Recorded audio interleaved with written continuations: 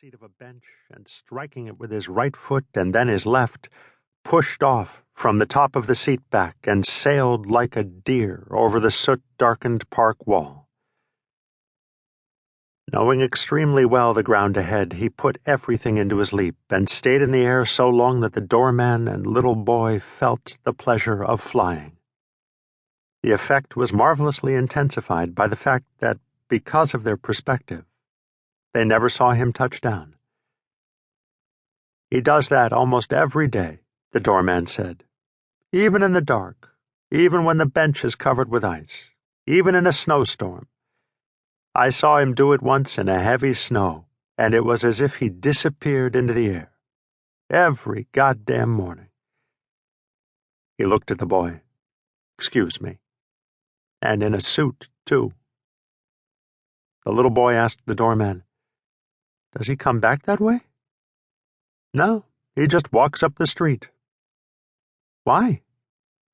"Because there's no bench on the other side of the wall." The doorman didn't know that as a child, Harry Copeland had lived at 333 with his parents, and then with his father after his mother died, before he went to college, before the war, before inheriting the apartment, and before the doorman's tenure, though this doorman had been watching the weather from under the same steeply angled gray canopy for a long time. In the spring of 1915, the infant Harry had dreamt his first dream, which he had not the ability to separate from reality. He, who could barely walk, was standing on one of the glacial, whale-backed rocks that arch from the soil in Central Park.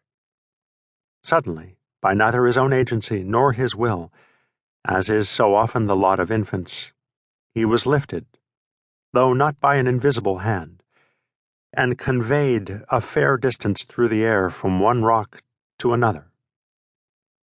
In other words, he flew. And throughout his life he had come close to replicating this first of his dreams, in leaping from bridges into rivers, or flying off stone buttresses into the turquoise lakes that fill abandoned quarries, or exiting airplanes at altitude, laden with weapons and ammunition. His first dream had set the course of his life. Because he was excellently far-sighted, no avenue in New York was so long that the masses of detail at its farthest end would escape him. Over a lifetime of seeing at long distances, he had learned to see things that he could not physically see, by reading the clues in fleeting colors or flashes, by close attention to context, by making comparisons to what he had seen before, and by joining together images that in changing light would bloom and fade or rise and fall out of and into synchrony. For this fusion, which was the most powerful technique of vision, it was necessary to have a prodigious memory. He could replay with such precision and intensity what he had seen, heard, or felt, that these things simply did not lapse from existence and pass on. Though his exactitude in summoning texture, feel, and details could have been bent to parlor games or academics, and in the war had been made to serve reconnaissance, he had realized from very early on that it was a gift for an overriding purpose, and this alone.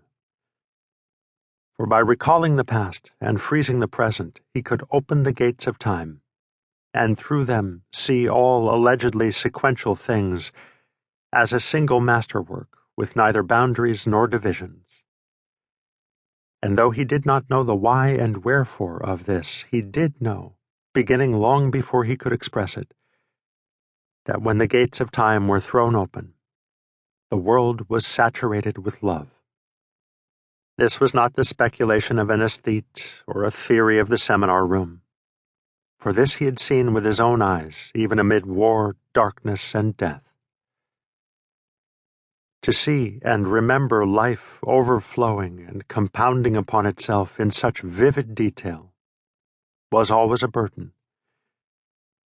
But that May, he was able to carry it easily. Though a bleak, charcoal-colored winter had been followed by an indeterminate spring, by June the beaches would be gleaming and hot, the water cold and blue. The streets would flood with sunlight, and the evenings would be cool.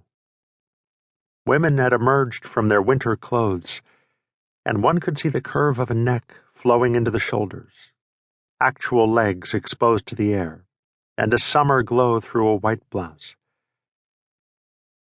In the weeks before the solstice, it was as if, moving at great speed toward maximum light, the world had a mind of its own. It clung to a reluctance that would slow it as the brightest days began to grow darker. It is perhaps this hesitation at the apogee that lightens the gravity of